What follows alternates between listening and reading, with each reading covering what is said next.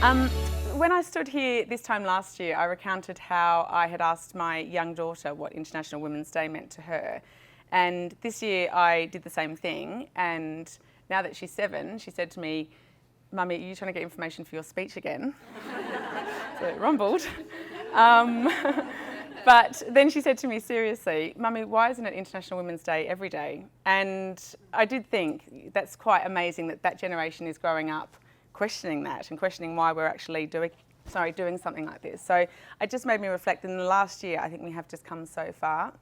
And the theme for International Women's Day this year is Each for Equal, which is based on the notion of collective individualism and how our individual thoughts and actions and mindsets can actually have an impact on things globally. And reflecting on the last year, the Me Too movement has been an incredible example of collective individualism and how a couple of lone voices, powerful voices, but still lone, frightened voices in predominantly a male industry stood up and toppled a Hollywood giant. And I think that has sent ripples of support to women globally, everywhere, to encourage us to keep fighting the good fight. So bringing this closer to home, we're really privileged to have Julie Noon here today as our guest speaker. Julie's someone who has witnessed firsthand the impact of collective individualism in her line of work. She's an investigative journalist and documentary filmmaker, and she's lived, worked and played in over 60 countries, including South Sudan, Central African Republic and Afghanistan, where she spent months embedded with the British forces. Specialising in foreign affairs for award-winning series and critically acclaimed strands, Julie has produced, directed and series produced for the likes of Channel 4 Dispatches, Unreported World and the BBC's This World. Julie's work has been shortlisted for numerous awards and several of her films have been shown in Parliament, with some prompting policy and legal change. Please give Julie a very warm welcome.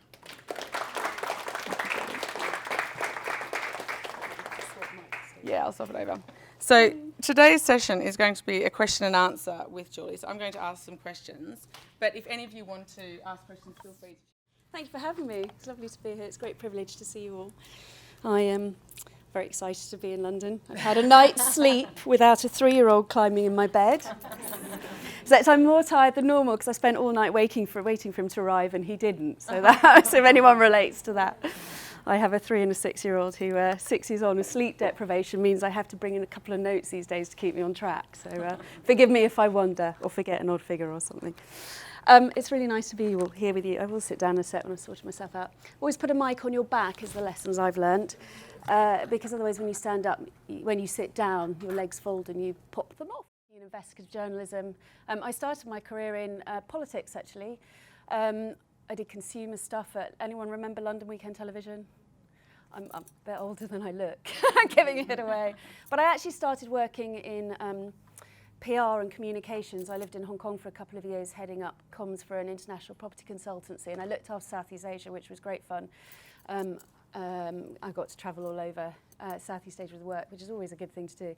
And then I came back to the UK and moved into journalism from there, but my heart has always been foreign affairs. I was born in Kenya, I'm 3rd generation. Africa's my real kind of heart home, if you like.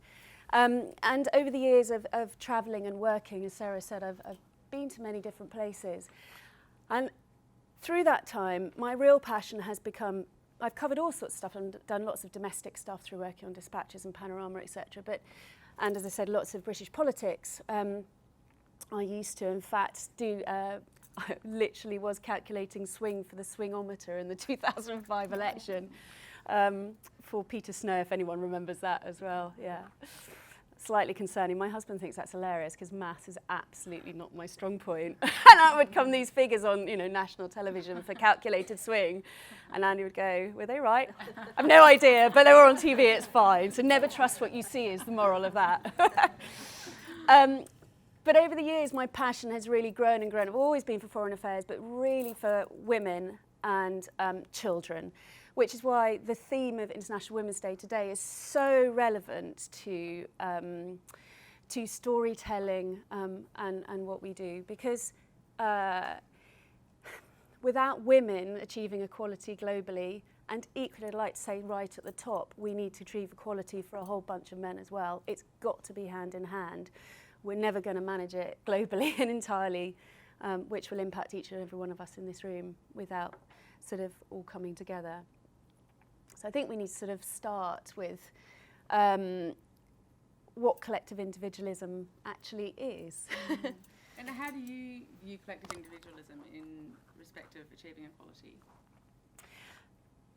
So the idea, if you break it down, they're two words that sound like you must, of course, we know what that means. But actually, if you break it down, the whole idea, I think, is that each of us is absolutely unique.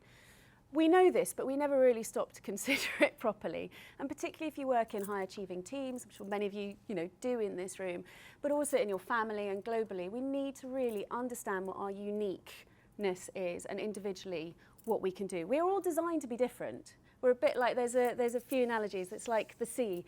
Everybody's like a very small drop of water, absolutely unique, but put it together and you create an ocean, which works in unison. Or snowflakes. I like the snowflake one. Did you know every single snowflake is designed differently? Everyone's seen the photos, the up-close photos of snowflakes.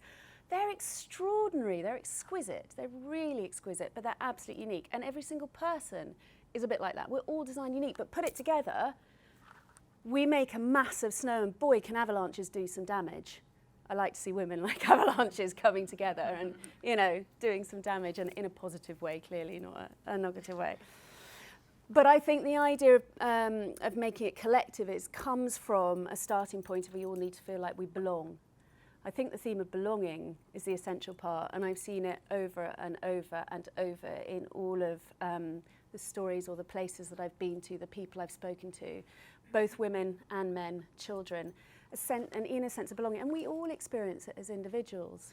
When we feel like we belong, we're empowered to kind of step up and realise our potential individually and our skill sets, our knowledge, our confidence. And we need each other to help us do that. But a sense of belonging, I think, is a real theme that I'm going to will carry through the whole of today. I think it's really important, this sense together. I wanted to read you, I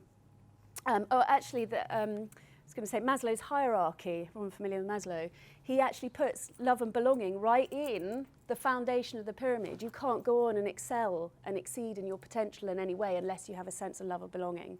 And I think that is really core to this sense of collective individualism and promoting equality in every area. I want to read you something because it's far more eloquent than I can actually put it, but it really encapsulates, I think, the real core of it. Desmond Tutu, much more eloquent than I, clearly. He writes about a concept of Ubuntu. Does anybody heard of this in the room? Yeah, okay. So Ubuntu is it's a quality that effectively encapsulates kind of human virtues, and it talks about compassion and love. In Africa, when we say to somebody, "Oh, hi, how are you?" Somebody will say back to you, "We're fine, thanks," or "Actually, we're not so good today." The idea being that as an individual, that person might be absolutely fine, but if Granny isn't well, then actually together, we're not well as a family unit. And I think that is a really strong kind of metaphor of what we're trying to achieve in terms of collectively, we've all got to be well to create equality. I'll just read you very quickly what Desmond Tutu says, because he's brilliant on this. The first law of our being is that we are set in a delicate network of interdependence with our fellow human beings and with the rest of God's creation. In Africa, recognition of our interdependence is called Ubuntu. There's some of the languages of Southern Africa, Xhosa, Zulu. It's got other names in other languages. It is the essence of being human. It speaks of the fact that my humanity is caught up and inextricably bound with your humanity. I am human because I belong. It speaks about wholeness. It speaks about compassion. A person with Ubuntu is welcoming, hospitable, warm, and generous, willing to share. Such people are open and available to others, willing to be vulnerable, affirming of others, do not feel threatened when others are able and good, for they have a proper self-assurance that comes from knowing that they belong in a greater whole. They know that they are diminished when others are humiliated, diminished when others are oppressed, diminished when others are treated as if they were less than who they are meant to be or who they are. The quality of Ubuntu gives people resilience. It enables them to survive and emerge still human despite all efforts to dehumanize them. I think that really collectively sets up the underpinning concepts of what we're trying to achieve in trying to achieve equality, and particularly through who we are individually. That's really powerful, isn't it? And what do you see as the connection between journalism and collective individualism? So journalism, effectively storytelling. And I think an understanding of what story actually is really important. When we talk about storytelling, but we very rarely actually stop and pull it apart and decide, work out what it actually is. I believe that story is the most important thing that we have. So you can strip everything from somebody. You can take them, they can take their job away, their home away, their family. You can take the clothes off their back. You can take their identity, their country. You can take their freedom. But what you can never take from somebody is their story. It's the very essence of who we are. And journalism is a craft whereby actually I feel very passionately, yes, we do all the things that we're meant to do, particularly in investigative. We hold power to account, we shout out corruption, and we expose, we bring revelation to audiences, and we do that through a craft that has, you know, a bunch of skill sets and learning along the way, how to do it and not to do it frequently, the way to go. But fundamentally, it's a huge, I view it as a huge responsibility and a privilege, because you are holding the very essence of somebody by telling their story. The elements of compassion and integrity, impartiality and non-judgment in telling people's stories is really, really important. The idea of treating others how you would want to be treated yourself is absolutely fundamental to journalism and storytelling. And as a craft, we take a whole bunch of information, quite often very complex information, and we distill it all down and turn it into something that is understandable for a particular target audience. And you need to understand your audience in order to communicate with them correctly. Those of you in, you know, marketing or legal, you have to make a case or you have to connect with somebody in some way. That's what you are trying to do, is understand how your audience will consume your output effectively and target it correctly. And that's very much what we're doing. You know, those people who listen to the Day programme on Radio 4 this morning are not going to be watching BBC 3 later on online. Do you know, they might watch more, but you know, different audiences require different things. And the way that it all comes together in terms of this idea of collective individualism and equality is that we are taking issues globally and turning them into stories. Because issues are just too big and difficult to get people to connect and engage with. You know, you can say education, healthcare, and people go, Turn it into a story, gives it a face, enables you to connect in an appropriate way with you as an audience. And that's our craft. And that is what the very essence is in terms of taking individuals and collectively bringing together to demonstrate an issue. Does that make sense? And what issues have you experienced firsthand that have led to inequality? Plenty.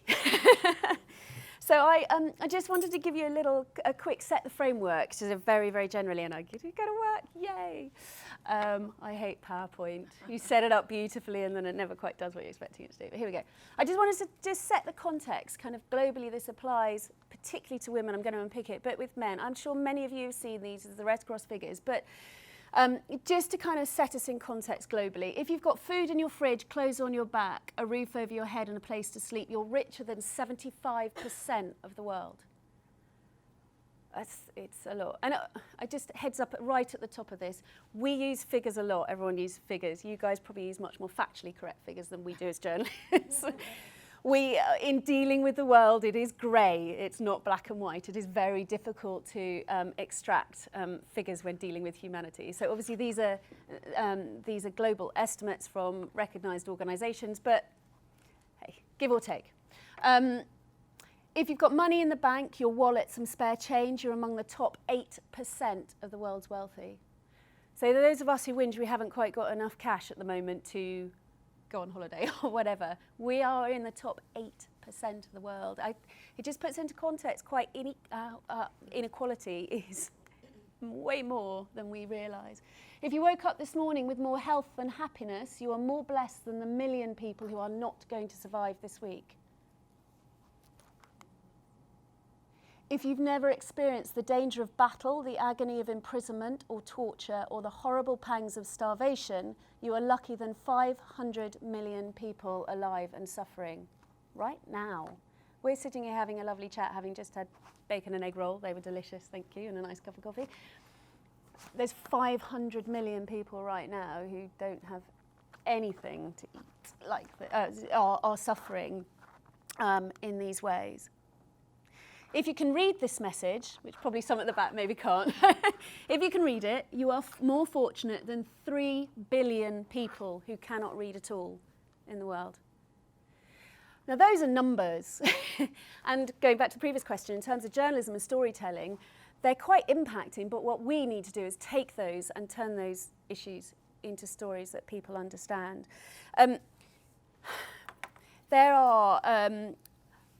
The other key point, I think, is that every single issue in the world is utterly inextricably linked. Although we divide them out, we have NGOs and organisations and projects and what have you, and charities for particular areas and issues in the world: poverty, education, trafficking and slavery, natural disaster, migrants, refugees, etc. Actually, they're all utterly inextricably linked. So, for example, climate change and food insecurity. Climate change, obviously, a big gameplay at the moment. It's estimated by 2050 there'll be an extra 2 billion people on the planet. What that means in terms of food is that at current rates of production we need to up it by 70%.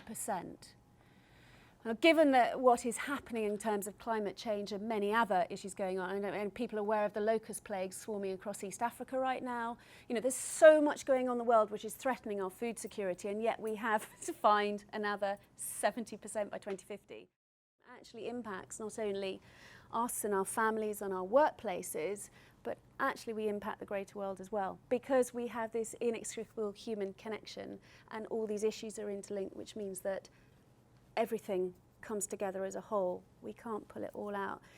Understanding the effect of emergencies, particularly on women, is hugely important, because they're actually at a double disadvantage.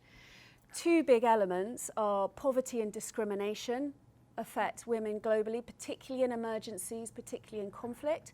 The other thing is gender discrimination and gender-based violence, and this can be sexual abuse, emotional abuse, physical abuse, traditional harmful practices.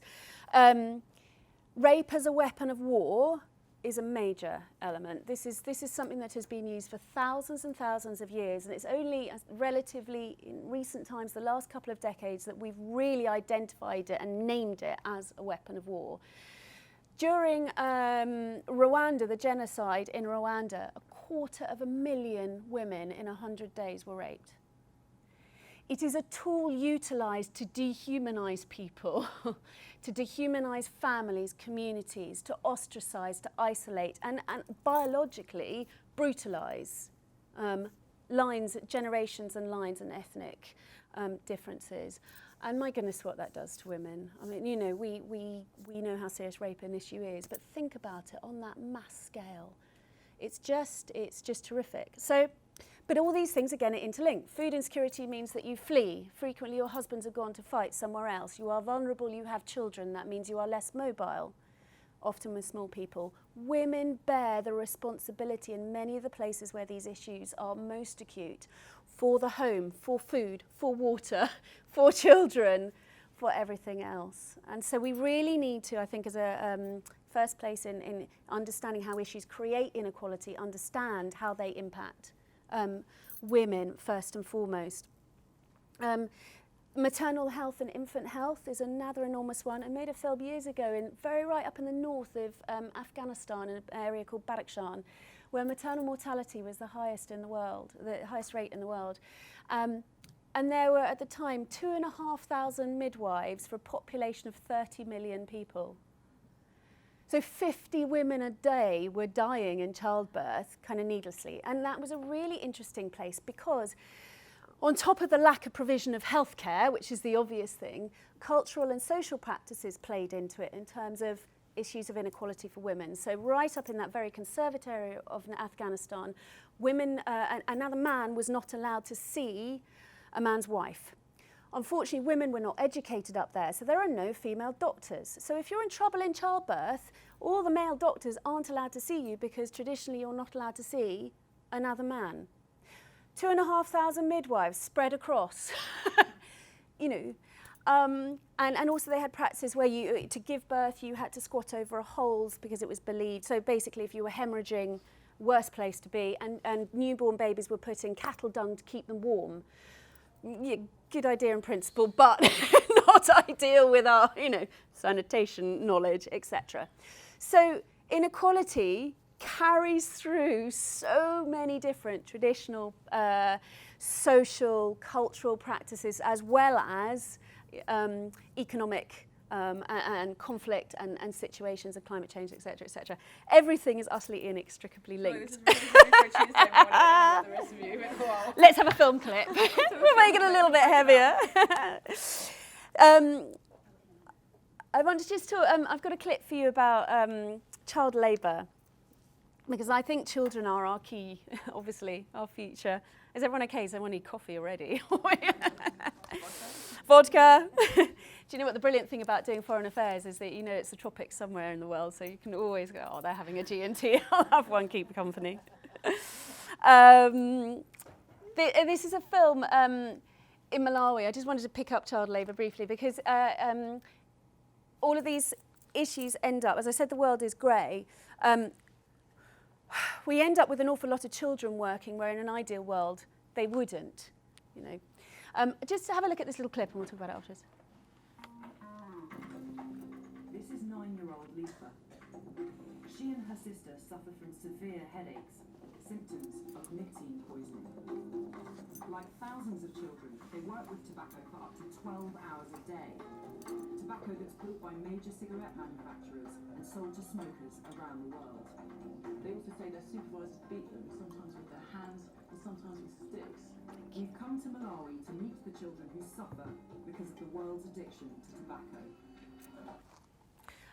So this was a film made quite some time ago. This is a 9-year-old Lifa. When they pick tobacco, they absorb the nicotine through their fingers. It's equivalent to smoking 40 Marlboro Reds a day, which is why they suffer headaches and severe health issues. The other thing being they get yellow-stained fingers. They then, even if they do get time to go to school, they don't go because they're stigmatised as the tobacco kids because they've got yellow fingers. And this is a little while ago, this film, but you know, we talk about child labour, but this is little Lifa, this is her future. She's not getting into school. Right now, there's 130 billion girls who are not ever going to get an education. This is the latest, again, we love figures, but you know, it gives you a context, give or take. These are children that were beaten by their farm owners. And why I show you this as an example, it carries, these issues carry through in many commodities. So cocoa is exactly the same setup. These are kids doing tobacco as well. This is Lifa's little sister. She was 8, horrific headaches. Cocoa is an industry that has huge problems with child labour. These kids suffer horrific injuries using machetes. They're not in school. But the problem is their families are poor, and the way that a lot of these things are set up, coffee's another one, Nespresso and Starbucks, you might have got caught out by dispatchers for using child labour on their farms in Honduras.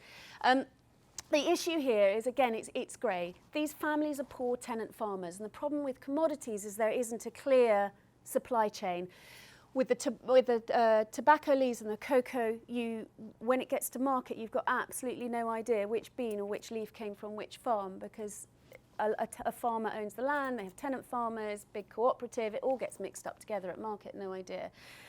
And the supply chain issue being transparent is a huge challenge for many industries, but this is the impact. So collectively, we, in creating equality for these kids and these parents, I spent weeks living with this family in the Ivory Coast, and the mothers are heartbroken that their kids are doing this and getting injured and not going to school. But they have no choice, because if they don't work, they don't meet quotas, which means they're off the farm and they starve.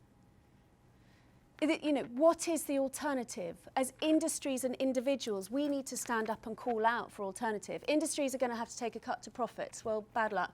We might have to pay more for our chocolate and our coffee. But actually, what do we really care about? these are the faces that I'm talking about in terms of collective individualism. These are the individuals collectively we need to come together and help. The other, just to touch on quickly, the other big thing about child labour is inextricably linked with trafficking and slavery.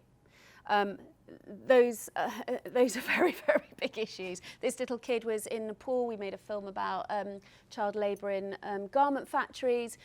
We actually had stopped filming for a day. We were just filming generally in an area, and he came and sat next to us, sat next to our translator and said, I saw you, and I figured you'd be my way out. He'd escaped, he'd run away, sat next to her and said, you have to take me because the owner beats me of the factory and I won't survive if you don't take me with you now. Issues of intervention, whole other chat. But we had a charity worker with us. Long story short, we tracked his story. He'd been stolen from his village in India, trafficked into Nepal and was trapped in slave labour. He worked 6 a.m. till 10 p.m, slept on the floor of the factory and did the same thing every day. Every single day. We reunited him with his family. That became a really big issue. Trafficking turned into a really powerful story, following him through to his parents who had no idea where he'd disappeared to one day. Absolutely no idea. He was a gorgeous little boy. Same again, same story. This girl and Pramila, her sister, they were enslaved in bonded labour in Nepal. They were orphans. They'd been taken from their orphanage. During the film, we managed to go and find the sister and release her and reunite them. They were put into care and given an education and moved on. We need to help each individual. These big fat figures we give you when we talk about slavery and trafficking, etc., are not just big fat figures. They're people, they're children, they're daughters, they're, you know. And it's a very powerful thing to be able to deliver that. Slavery is predominantly in Africa. One of the big issues is increasing violent conflict over the last 30 years has made it much easier to occur. And although it's illegal in every single country in the world, it's flourishing. In 2018, I'll just give you the number, 170 countries had public commitments to eradicate it, but only 122 have actually criminalised it in line with the UN guidelines. The other element of slavery is forced marriage, big issue for women. Only 38 countries have criminalised forced marriage in the world. So, we've got a lot of work to do together individually, but also when it comes to sort of legal and discourse and justice. But actually, it's fundamentally about each and every one of us and these communities changing our worldviews. That's fundamentally. Looking at the issues of the tobacco industry and the coffee industry, or the cocoa industry, what can we do as consumers to affect change? You know, do we vote with our pockets, or do we sign petitions? I mean, how can we actually do something to help impact that? All of them. All of them. I think core to this, absolutely core to it, is this idea of we need to challenge ourselves first and fundamentally. We've got to challenge ourselves to change our worldviews of actually what this means and how we play a part. We need to challenge others who are working in those communities. As a journalist and a storyteller, my job is to challenge. I view my job to challenge people to change their view on things, and it's at every single level through the structure of issues and things that happen. An example, which I prepared for you, challenging worldviews, obviously, is child marriage. So when I was talking about as a craft in journalism, what we're trying to do when we connect with an audience is achieve something called the head-to-heart shift. I don't know if you're familiar with that at all, anyone in marketing terms or whatever. When people watch something or consume a story or reading or you're listening or watching a film, particularly today, these days, we're doing hundreds of things at the same time, right? And we're watching with our heads because we're also cooking dinner or, you know, replying to something or thinking, oh, I must write that down for tomorrow, whatever. We're just watching with our heads. A good storyteller enables you to shift from watching something from your head to your heart and your gut. When you start engaging with your heart and your gut with something, with a story, that's when change happens.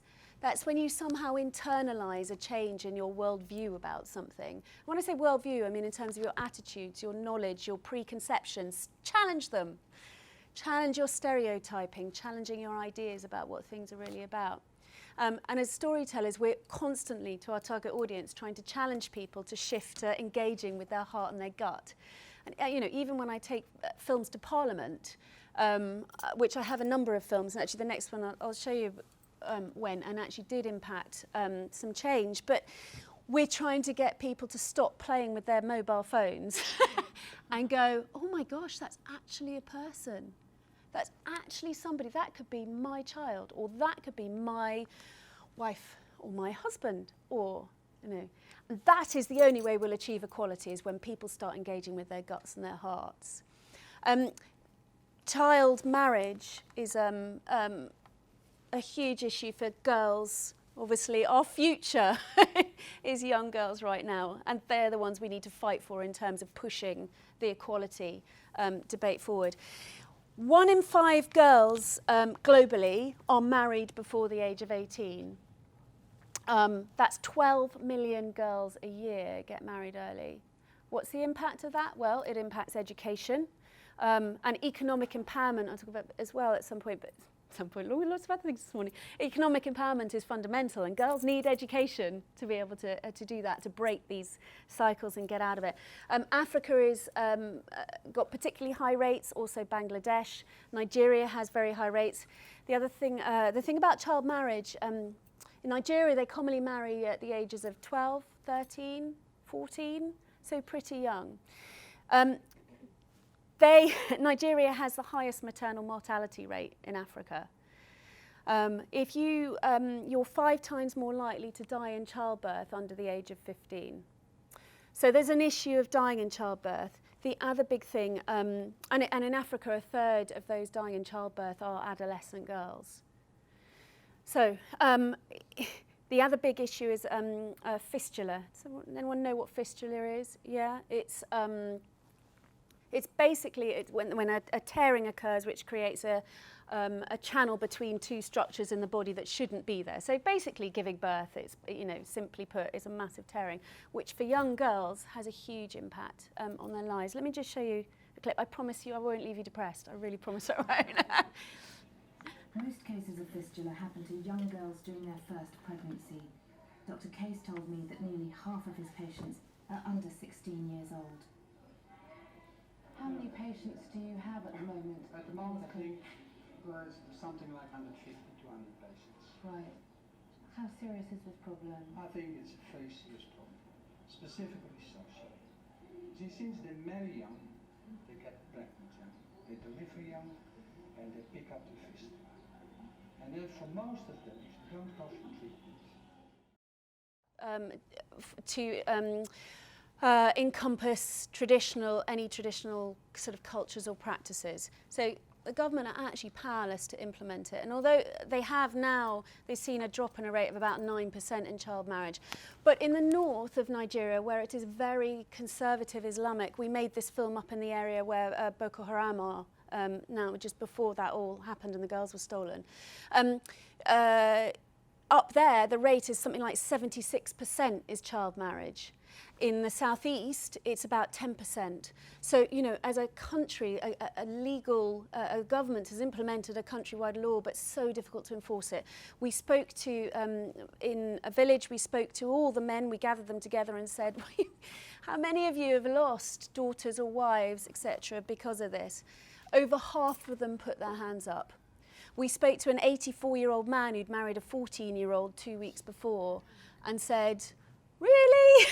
And he said, you know what, the government can introduce any law they like, but frankly, this is how we do it, and who's going to enforce it out here? This is our way of life. They can't interfere with it.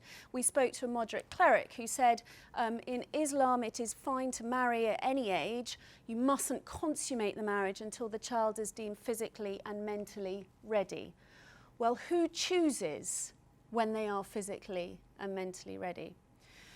So we really need to challenge worldviews, both in these communities as well as us and outside. We took this film actually to Parliament, and it was raised as a question in the European Parliament, and there was more pressure put on the Nigerian government to try and help it.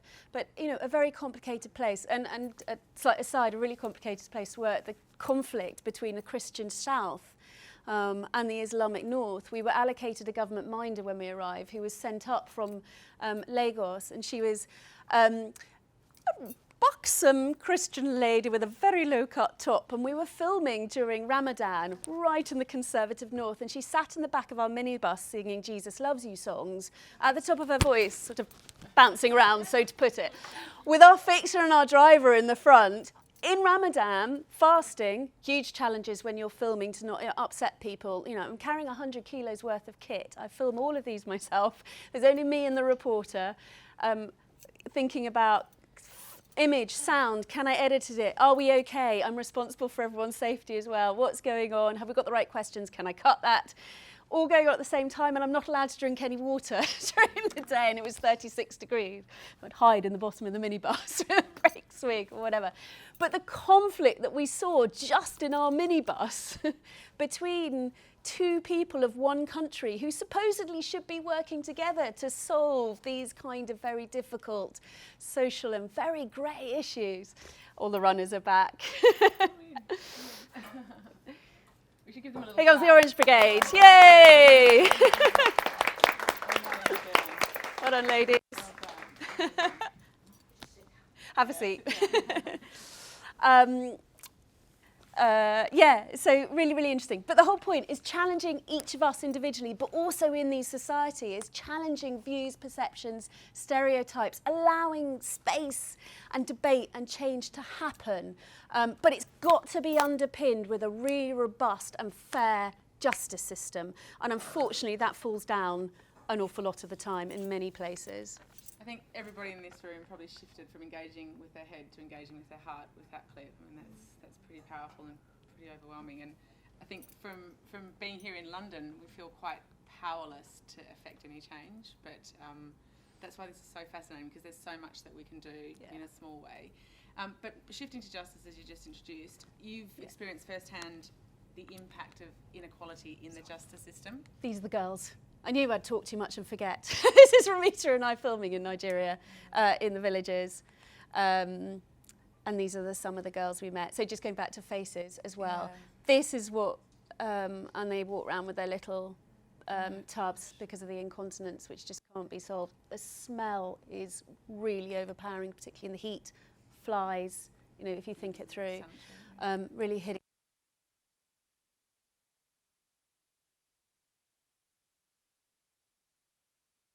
Experience firsthand the impact of inequality in the justice system. Can you elaborate on your exposure to that, particularly with Hurricane Katrina? Yeah, so Hurricane Katrina back in 2005, and I'll rattle through this because I know we're running on time already. When it hit, I read a very small article in the newspaper by a human rights lawyer called Clive Stafford Smith, who ran an organisation called Reprieve, can't even say that, in New Orleans, which fights to overturn wrongful conviction. Louisiana is known as the king of incarceration. It incarcerates at double the rate of the US. And over half of those who are incarcerated haven't actually been convicted of any crime yet. So it's kind of the extreme of, you know, justice and legal system. And when Hurricane Katrina hit, what they did was shut down the prison. So when the entire city was evacuated, the prison containing around 7,400 or so prisoners got locked into their cells in the lowest lying part of the city, which traditionally flooded anyway, which was an interesting choice. I read this little article that said, we haven't been into our offices for the Reprieve organisation. We have no idea if the evidence we have been collecting, which proves that people are innocent or proves that people are guilty and gets someone off who's been convicted who's actually innocent, is all okay. And a lot of it is obviously very sensitive, DNA evidence, etc. The rates of overturning convictions based on post-conviction DNA evidence is extremely high. There was an estimate in 2014 which came up with the figures that about 1 in 25 of those convicted are innocent over there. Anyway, so I convinced This World at the BBC to let me go out to New Orleans, and I got on a plane 2 weeks after the city had been drained, and there was one hotel open, because the whole city was shut down. I mean, it was empty, there was no power, there was nothing, but there was one hotel that had generators and was bringing food in for journalists. There was a BBC cameraman who'd been doing news stuff coming out. I took his hire car, his hotel room, and my flight was delayed into Baton Rouge, and I drove down into New Orleans. It was dead. I had no idea where I was going. I was trying to follow one-way streets, wrong way, upside down, all the rest, and I pulled up at a stop sign, and a massive Humvee pulled up next to me. There was an 8 o'clock curfew at the time, and it was 5 to 8. I was like, oh, this is going to be a great film. I'm going to get arrested before I even start. And I looked up, and there was two soldiers looking down. They looked down at me and went, hello, and I drove off. I just sat there and went, strange. Anyway, in the end, I spent the best part of 9 months coming and going from Louisiana, investigating what had happened in the prison. This is New Orleans Parish Prison. They hold all the prisoners there. The courthouse is also attached to it. And if you get arrested in Louisiana, life is life. You will die in prison. That's it. And they have obviously the death penalty there as well. So when the hurricane hit, it took them 3 days to then boat out 6 or 7 prisoners at a time, all 7,500 of them, to an overpass. They'd stood for 3 days in water up to here, full of sewage and everything else that's on the streets of Louisiana. They then sat in over 100 degrees heat. Dark, black-skinned men were peeling from sunburn, sitting like this. They then got scattered around the county. The problem was nobody knew who anybody was, because there was a 3-day-old paper list of who'd come out of the prison. They put them all into massive exercise yards in different prisons, and 2 female defence attorneys turned up, Julie Colborne and Phyllis Mann, and they said, right, in their lovely Louisiana accents, we're going to sort this out. And they literally worked through every single person on the list to work out who was who. You could have been arrested for reading tarot cards, sleeping on the sidewalk, alcohol in your hand in a street, mixed up with people who had been convicted and were of rape, lots of gang culture in New Orleans. It's a very poor and deprived place, lots of social issues. And they'd literally open the gate and everyone rattled to the gate and they'd say, who are you? Oh, I'm just in on a traffic violation. You're right. You know, they had to work out who everyone was. It was in America. It was extraordinary. No one knew. They'd literally throw sandwiches over the fence. The women got taken to a prison called Angola, which is their state penitentiary. I don't know if anyone's heard of Angola. It is so enormous it has its own zip codes. And if someone tries to escape, they release wolves on them to hunt them down and find them. Extraordinary place. And that's where they hold death row. And I went to visit the women who had been taken to Angola of all the prisons to choose. And they literally, all male state penitentiary, they had no idea what to do with them or how to look after them at all. There was a woman we found in there who, it turned out she had been released on paper, but no one had physically walked to her cell and never let her out. So had Hurricane Katrina not happened, she would never have left prison, because everybody says, I'm not meant to be in here from the bars, and every guard goes, yeah, right, you and everybody else in here. So Katrina cracked open the entire justice system and what happens there. And now the key element was the public defenders, who represent 85% of defendants there. That's how poor it is. 4 out of 5 of them left during Hurricane Katrina. So there were 4 public defenders looking after over 600 cases, including a dozen capital crime cases. And in Louisiana, public defenders are paid by a system peculiar to Louisiana, which is by traffic fines. No one was driving in New Orleans. It was empty. There were no traffic fines. There was no money in the system. This whole self-perpetuating system, I could talk to you about it for hours, but So what's been said. As a result. Some of it has been. Right. But the really interesting impact is, this is them all on the side for. Have a look at this clip. This is where the evacuated prisoners were meant to appear. Orleans Parish Criminal Courthouse, the front of the prison complex. For all its grandeur, it's brought neither law nor order to a city notorious for murder. The senior judge was Calvin Johnson. At one point in this court's history, we were trying more cases in this building than any other court in Louisiana. And we had judges in this building, including me actually, who year in and year out would try more murder trials than any other judge in America.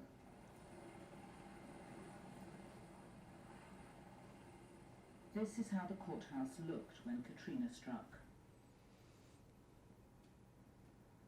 It stayed closed for 9 months, with makeshift courts elsewhere hearing only a fraction of the normal caseload, leaving judges with a backlog of over 6,000 cases. Katrina blew the system apart, and it made it such that we were so disconnected that we simply could not function. It seems extraordinary in a building prone to flooding, but vital forensic evidence was stored in the basement. I'll combine the next two. The fate of thousands of defendants now rests on evidence in these rooms. And this is very quick. Rape kits and weapons. The film, this was the BBC's anniversary film, did divert funds down to try and sort out the criminal justice system in Louisiana, but, you know, long way to go. And that's America. Think about the equivalent justice systems in many of the other places we're talking about. A lot of these issues. Thank you. Shocking to think that was only how many years ago? 2005, 6, yeah. Right. Yeah, it's So not that long 15 ago. years ago, and it was that behind in terms of how they're recording. Yeah. Just shifting to your experience covering war and conflict, what has been your exposure working on the front line, and how, with the cycle of conflict, can we break that? War's always the sort of fun stuff that people want to hear about in lots of different ways.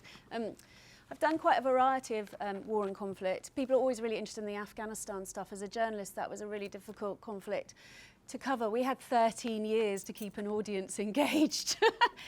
And increasingly, as time went on, you know, there was a lot more political apathy for a war that was bringing home sons, daughters in body bags and spending money where it should be spent on the NHS and you know, education, not something very far away. And 18 years on, you know, we've still got 1,100 troops in Kabul now, working in Afghanistan. It's a really interesting place. I've brought you a few photos to show what it actually is like to work in. This is my tent. On many occasions, I spent several months working in Afghan on different films, following different people. As a woman, in terms of back to the equality thing, as in a workplace, it's really interesting to be a female working in places like this. You challenging perceptions and stereotypes. Not judging books by covers is a big mantra for me, because people often very quickly judge me with no idea actually of what I have and haven't done. I stupidly, and should have known a lot better, I married into the military. My husband's in the army. In fact, when we got married, the longest time we spent together in one place was in Camp Bastion. But he's medical corps, so he was based in the hospital, and it was me going out on patrol. He lent me his bomb-proof pants, which was very kind of him. I know, it's so nice. He'll love me sharing that with you all. And I go to military functions now, so this is where I get really cross. And I am apparently an army wife. My pass says dependent. I'm a dependent on my pass. And I will sit at these functions and watch people with all their medals. And people say to me, so how's your next move going? I'm like, well, we move in July. That will be our 6th address in 7 years. It's quite hard going, actually, with 2 small children, schools, life, trying to have a career around that. And the military thing is a really interesting thing about identity and equality. There's a whole other one I'm quite champing on. There's a bunch of women trying to work really hard to target and harness the skill sets that are currently lying latent and waiting to be tapped into, because we work in a system that believes that military wives are still in the 50s and all they do is look after the home. And I sit at dinners and go, well, you'll find that in so-and-so, whatever happened in Kandahar or Bastion. And I go, oh, really? I didn't find that. And people are like, it's like, I deployed more times than you did, so please take your crusty ideas away. Not always. I'm stereotyping, obviously, and generalising. But, it's really interesting being a sort of smallish female. I don't carry the sort of authority that people would expect someone that does this job to do. I've got size 3 feet, for goodness sake, and I'm trotting after 6-foot-something men. So how we are perceived as women is a massive thing in terms of equality. It's how we apply to all the issues in the clips we've already seen. We've got to challenge stereotypes amongst us and then out there with our counterparts, our women, our men. And I'm afraid women and men do it as much as. It's not always men that just assume that I'm my wife at home. I remember taking my son Oliver to his first swimming lessons, and the swimming teacher, I said, "Oh, hello, my name's Julie and this is Oliver." And she said, "Oh, I don't need to know your name, you're Oliver's mum." I was like, oh, right, okay. So we've got to call out at every opportunity where we are labelled, because language is so important.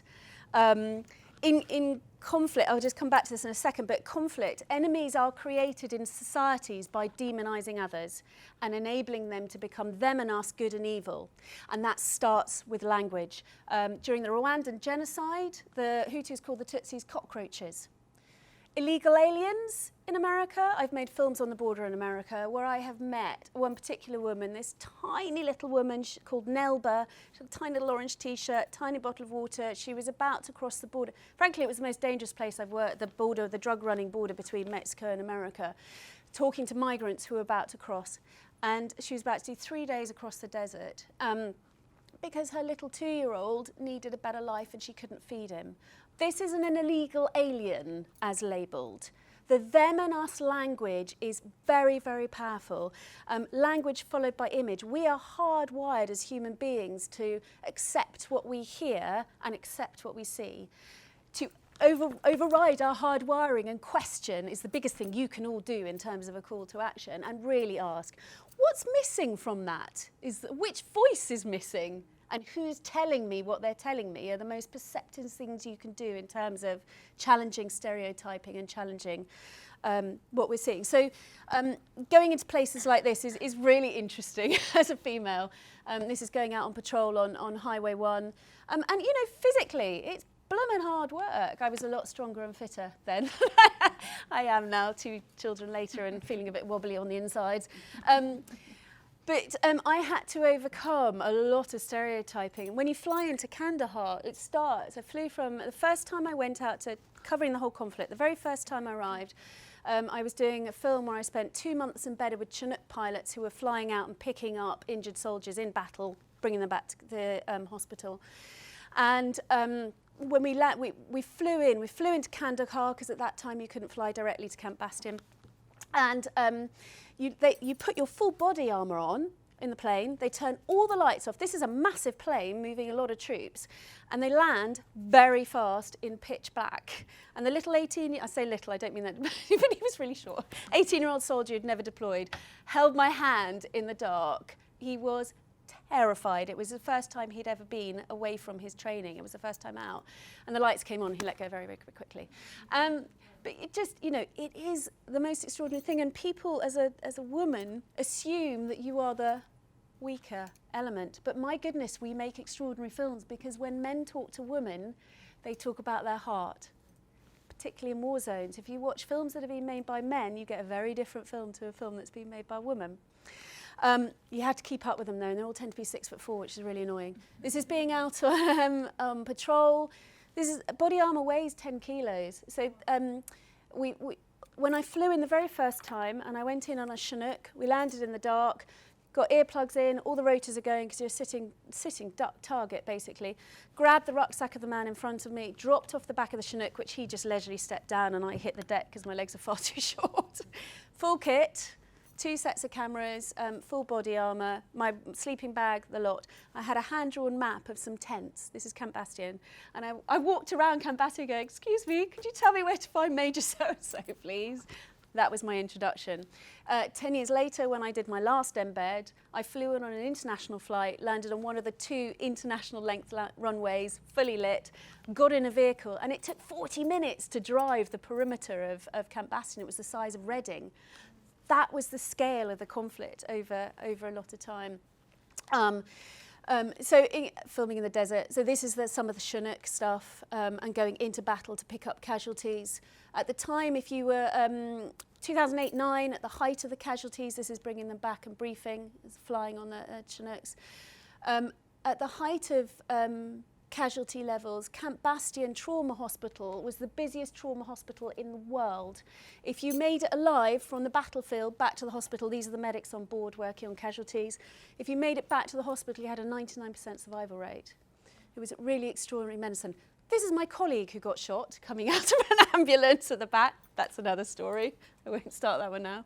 Longest 7 minutes of my life waiting for him to come in, thinking, I really don't want to phone his mum. I really don't want to phone his mum. I take it you didn't. Luckily I didn't. He was shot through the knee and he was fine in the end. But yeah, I got to finish all his films for him because he went home and had a jolly nice time in hospital. But he was fine. But conflict in places like South Sudan, which I'm very passionate about and spent a lot of time in, is a very different place to work. Everyone assumes Afghanistan's dangerous. Actually, no, the whole British Army are looking after you. And if you get hurt, they'll all come pick you up and take you home. You're fine. When you start working in places like that, this is when conflict is much more interesting. Obviously, I'm a hostile environment specialist. I've done so much training. It's not funny. And I now teach journalists how to work in hostile environments. I'm very aware of myself, and in terms of working in risk, I know my limits. I know my thresholds of trauma, my thresholds of risk. I've learnt them over 20 years of doing this. I know exactly when it's time for me to stop or pull back. I'm not capable anymore. The skill in working in these areas is understanding other people's thresholds of trauma and risk, your duty of care to your crew and the contributors you're working with. The contributors you work with deal with risk all the time. People are like, oh, is that not really scary doing that? This is South Sudan working with the UN forces. We've got a lot of British troops working with the UN in South Sudan now. It is a conflict that has gone on over and over and over. This is Mary. Her 5 grandchildren were all killed when this village was attacked and they were all asleep in their little hut. You know, these cycles impact women more than anything else. So in South Sudan, conflict, of course, fleeing of millions of people. Food insecurity becomes the next issue. These are women we met at a UN food drop. They were literally eating grass. And when we arrived at this food drop, we waited 3 days for all of this grain to be handed out. Why? Because the social structure and cultural laws were that the heads of the village, the men, had to be here to authorise the releasing of the food. In those 3 days, and this is when they finally released it, when the men deemed to turn up, guess who did all the carrying and the lugging? The women. Off they went. In the meantime, I was filming in the clinic that was makeshift of the starving children. Food was sitting there for 3 days and they couldn't access it. We really need to think about sorting, you know, this very basic stuff out. This little kid who was on a feeding tube in South Sudan. And the children is the big thing. Breaking cycles of conflict is so much about children. It's about, as I said, breaking the process of dehumanisation. And we also need to bear in mind that, actually no, I'll come back to that in a sec. Let me show you a clip very quickly about this. About the children. Children always suffer the most alongside the women in conflict, and for some unexpected reasons. We've heard accounts of children being kidnapped during raids. Child abduction has always happened during cattle rustling here, but the numbers have increased significantly. We travelled to Bor, the capital of Jonglei State, to visit a home for children who'd been recently rescued from their captors. I'm going to meet the director of child welfare. He's been helping look after the kids in this temporary shelter. These 13 children were stolen 4 months ago from different tribes, but they were all rescued from the same village after a tip-off. Paul Okwia-Ojulo said the authorities are still trying to find their parents. Why were these children abducted? They just abduct children, then they sell it among themselves. And how much are children worth? Sometimes 30 head of cattle, or sometimes 25. How many children like this do you think are abducted every year? Where there is tribal conflict, the number of abducted children increases. Can you tell me about some of their individual cases? What happened to this boy here, for example?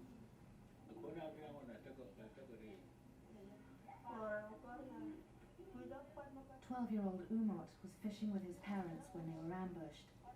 He watched as his mother and 3 friends were killed by members of the Merle tribe before he was snatched. All of these children were taken when their families, their villages were attacked. You hold the emotion and the feeling. These children are holding the emotion and the feeling. We all do, but for children, These are all children who were from this place. The other element that's really interesting is that muscles have memory. I don't know how much you know about this. You actually hold trauma in your muscle memory. So children who have suffered great trauma will often, and actually adults, if you have suffered trauma, your muscles in replaying the trauma will demonstrate physically the trauma. The other thing that I think is really crucial and fascinating to find out more about is the fact that right now there's a whole load of controversial but research going on, and it's now been widely accepted that trauma is passed on genetically through generations.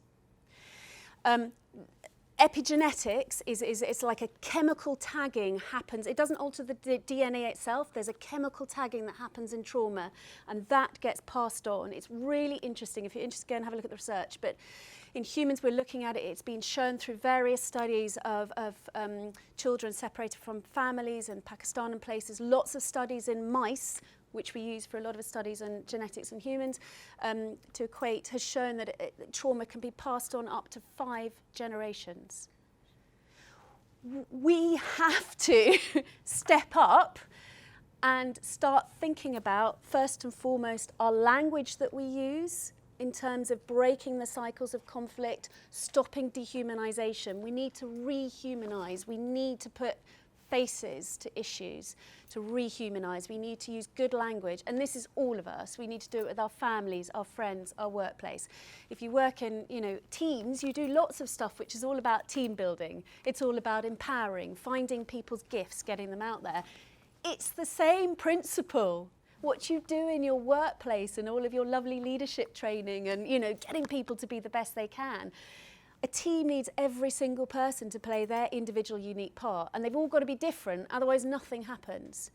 All of us need to kind of take on board our own sense of self-worth in order to step up and have a voice, and that involves us all being quite vulnerable, actually. These kids have got to learn how to be vulnerable, because the way they protect their hearts is shutting down. And, we put walls up when we protect ourselves, but actually taking away the vulnerability doesn't enable them to deal with the trauma. And if trauma is not dealt with in a healthy way, for us, therapy, brilliant. For them, how do we do this? But if you don't deal with it, epigenetics is taking it down the generations. So we have to break cycles, because the conflict, breaking that, is interlinked, go back to the beginning, with our issues of climate change, food insecurity, slavery, trafficking, all the things we care about, actually all come down to a sense of us belonging and empowering each other to step up on our own unique skills, talents and ability to impact everyone else, because we are all inextricably linked, completely. Julie, thank you. That's an amazing call to action, I think, for all of us. And an incredible summary for something that I think is probably going to stay with all of us for a very long time. Some of those film clips are utterly harrowing, and it's quite incredible to see how so many of the world's population actually live and what they go through on a day-to-day basis. And I think it makes us feel incredibly lucky and privileged. And can I give quite you emotional as well. So can I give you the uplifting bit? Yeah, please. So here we go. When you go out today, it's very quickly. Oh, these are the kids. Has everyone heard of Mary Colvin? She's an American journalist, wrote for the Times Masses. She was killed in Syria, we believe targeted, in Homs. When she died, her mother said her legacy was to be passionate and be involved in what you believe in. Do it as thoroughly and honestly and fearlessly as you can. I think that is the epitome of a call to action for all of us. She was an extraordinary woman. She should have already left Homs when she was killed. She stayed to get the one more story because she said it's worse than I've ever seen. I am not leaving. In our own, we don't have to go to Homs and get killed, it's okay. But in our own individual ways, I think that that's a really strong element. My other favourite thing, which is on my wall above my desk to keep me going on some days. Here we go. Do not be dismayed by the brokenness of the world, because all things break. And all things can be mended, not with time, they say, but with intention. So go, love intentionally, extravagantly, and unconditionally. The broken world waits in the darkness for the light that is you. That's every single one of you. We can all play our part. There is so much hope. Without hope, nothing changes. And all the stories of the people you've seen today have told me their stories because they believe in the power of Western media. They have made themselves vulnerable. A lot of them took great risk to talk to us because they believe that all of us will have our worldviews, our stereotyping, our perceptions of them and of each other challenged and find our voices. You just have to have a voice in your home, your family. It's like the stone on the pond. Chuck it out, you've no idea where the ripples go, but have faith that they'll go, and hopefully some of them will be blooming great waves.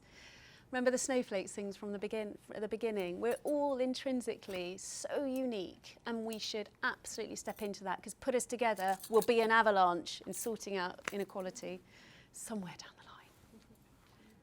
We've got time for a couple of quick questions. We're almost at 10 o'clock. Does anybody have anything they want to put to Julie? Any comments, any thoughts? Nikki? So how do you find it different now you're a mother yourself when you go into these places, as a woman as well, and just in those positions? How do you find it different now to before, and does it affect the way that you will show things or storytell? Yeah, completely different. I was 43 when I had Sam. I'm 46 on Saturday, if anyone. I turn up and lots of people go, just don't assume. I sort of, because I'm just a bit little and I just don't have that, you know. So I've had a full kind of career prior to having children. And when I make these films, I am so focused on getting the best product, and you have to think like that. If you allow, you have to have, there's a tension between emotion and understanding how much emotion to engage with in order to make an emotional film, take an audience on an emotional journey, married with the tension of actually being professional and doing my job, because if I fall apart, there's absolutely no point in me doing it. My end game is impact, and if I can't do that, and as a filmmaker, you're always thinking about, gosh, so much, as I said before, safety, picture, image, can I edit it? What has everyone eaten? Who's going to pass out now? Watching our backs, I'm responsible for, I do all our risk assessments, hundreds of pages of risk, and you never know, it's always the things you're not expecting that scupper you. When we were in Badakhshan in northern Afghanistan making the film about maternal mortality, and hundreds of pages of risk assessment, and I ticked in an earthquake zone, didn't think about it, I haven't had one for 40 years. In the middle of the night, we have an enormous earthquake, so we're all standing in the doorway of our little tiny, it was really rural, little tiny pension house going, outside kidnapped, inside crushed. Yeah, inside crushed. That's fine. I am trained to do all of this, but when I had children, everything changed. And now when I watch the clips, my gut, I always felt an empathetic person. I thought I was until I had kids, but now I see my children in each of those faces. And it has really impacted. On a practical point, you know, there's a few places I definitely wouldn't go to now that I did when I didn't have the responsibilities I have. And now I will do remote directing or series producing when it's not appropriate for me to go anymore. But I'm also passionate about equipping new talent and making sure that other people go and learn from all the things I did wrong, primarily. So I teach on master's journalism and conflict studies course and things. I teach them how to go navigate all of this and how to learn from the things that I got wrong so they can get it right. Thank you. Anyone else? Hella. Hi, thank you so much for sharing your experiences of being one of those people that actually shows us what goes on in the world. And just furthering Sarah's point, I mean, we do feel incredibly lucky when we see these images, but it does feel like we still have a way to go in terms of equality in the UK. You know, we have equal pay issues. The Weinstein case sort of highlighted the way that women were taken advantage of and nobody spoke out, even though they knew it was taking place. We have period poverty. Yep. A friend of mine that works in the film industry has issues at the moment in terms of her male colleagues taking credit for her work. Oh, that's familiar. And I just wanted to get your thoughts on that, Yeah. and how we can sort of play a part in that, because I think we also do need to start at home so that we can make an impact globally as well. I think everything, it always starts at home, because your sense of self-worth and belief comes out of the family structure and sense of belonging. The most strongest and sort of primal place where that starts is the home and the society, which is why this children's stuff is so important. Remove them and you're setting up for generations problems, let alone like the epigenetics stuff. So that's really, really important. And inequality in the UK is in amongst, obviously, we know it's amongst us all. I have worked on so many projects. Now, bearing in mind I'm a freelance, so I have to negotiate each contract every time I go to it. Every single flipping time I find out later I've been paid a hell of a lot less than my male counterparts. I'm doing exactly the same job, exactly the same risk level, which frankly, when you're in Afghan and you discover that your male counterpart was earning about £400 a week, more than me. And the production manager who I negotiated my contract with is female. We need to look out for each other. I mean, it's a massive problem in the film industry, and particularly as freelancers.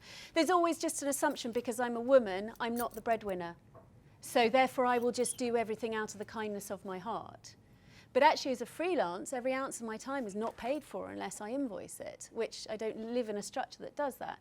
And it's really interesting finding the tension, the balance between the things that you choose to do because you're passionate and that's what you want to do, and it's an element of extension of you. It doesn't matter what you do. You know, you guys going and doing your running is part of that. But what's interesting is the perception always that as a female, you are not the breadwinner, and in the freelance industry, that's a really difficult challenge to go with. Just one thought on that. In the UK, in terms of inequality, bear in mind tonight when you go to sleep, hold a thought for the 13,000 women in slavery in the UK. Inequality is enormous around all of us. Estimated in the world, there's 40.3 million people in slavery right now. That's massive. It's bigger than it's ever been in the world. And in the UK alone, despite the fact that we have got, Theresa May introduced the most robust anti-slavery policies that we have in the UK. But the government is under-resourced, and it's not just up to the government. Every single one of us can be looking out for signs and symptoms of women enslaved, in forced marriage, in places of inequality. And that is about opening your eyes, listening, careful with the language you use, the image you use, and helping to raise awareness and make people around us. You can all go to your workplaces and your homes today and say, did you know that we can pass trauma through kids in epigenetics? You know, start a conversation. And that's the pond and the stone in the pond, and the ripples will go, and we'll tackle it. We'll tackle it. We'll do it because we're women. It's about mindfulness too, isn't it? It is about mindfulness. Being aware of what you're doing. Yeah, absolutely. I noticed Cheryl Sanders posted this morning about the likability factor in men in senior positions versus women in senior positions. And I think one of the things, I guess, in sharing rooms with men, sharing space with men all the time, and I actually really enjoy that from a personal perspective, but is having the courage to allow your feminine side, whatever that is, come into the room and be active, as well as the other side, which is your professional side, which particularly is important in law. You can go and negotiate the best SPA that anyone has ever done. That doesn't mean that you can't care about somebody who's hurt or injured. You know, that's a huge side that you can bring that men find much more difficult to bring. And actually probably see as lowering them. And I think for a long time we've been encouraged not to allow that side to come out, because certainly when I was educated, it didn't matter if you wanted to be a nurse. If you could be a doctor, go and be a doctor, because that's what you had to do. And I think we've really eroded the sense of importance of femininity. Yes. And natural, whether it's mothering instinct or whether it's, and this might be a personal thing to me, but this is what I completely agree. in my career. And I think that's also what Cheryl Sandberg is talking about, is actually having the courage to celebrate people that do it well, but also to support people and enable them to do Absolutely. So it's very interesting that particularly working in conflict, and as a hostile environment specialist, that is precise. God, you want to spend a lot of time, weeks in a tent in Afghanistan with a bunch of blokes, that's really smelly. And trying to bring some femininity to that is something else. But, you know, that is the absolute, just what you're saying, the epitome of trying to bring femininity to a really male environment. But you know what? The more you are, they respond to it. They really respond, and you start breaking down. Again, you're challenging the stereotypes. You break them down. You should see their faces when I walk in, and they're like, Who are you? They're expecting some big burly bloke from the BBC. Hello, oh, could you grab that bag for me, please? You know, I'm perfectly capable. But actually, when we start being honest about who we are and celebrating what we bring to the table, and that is our femininity, that is our uniqueness. Yeah, we're stunning snowflakes, all of us. But when we bring that in and we start having very honest conversations with men, and particularly in conflict, you know, in conflict very often, in a conflicting conversation or an argument, we'll just, okay, we agree to disagree. Don't do it. Have the conversation. Listen, hear. You can say, I don't have to agree with you, but I'm going to respect you enough to listen and try and understand with your side of it. I may not still agree, but we are going to have a mutual respect. And I think that's a really important step in pushing the boundaries with men, particularly. And we do it in our home places with our partners or whoever, it doesn't matter. But, you know, that I am listening and I want to, just as much as you want to be heard and respected, we must do it to others. And that's a big part of creating equality, is really listening. I may not really get it, but I am going to listen, I am going to hear, and I'm going to ask you more questions, no matter how hard that is, because that enables me to bring my femininity, if that's the example, into it, and you can bring your masculinity, and together, we're stronger. You know, I think it's a really important point. Julie, thank you. You're thank welcome. You so much. I mean, today has been so eye-opening and such a fascinating insight into what is such a very different day job to, I'm sure, what all of us are going back to our desks to do today.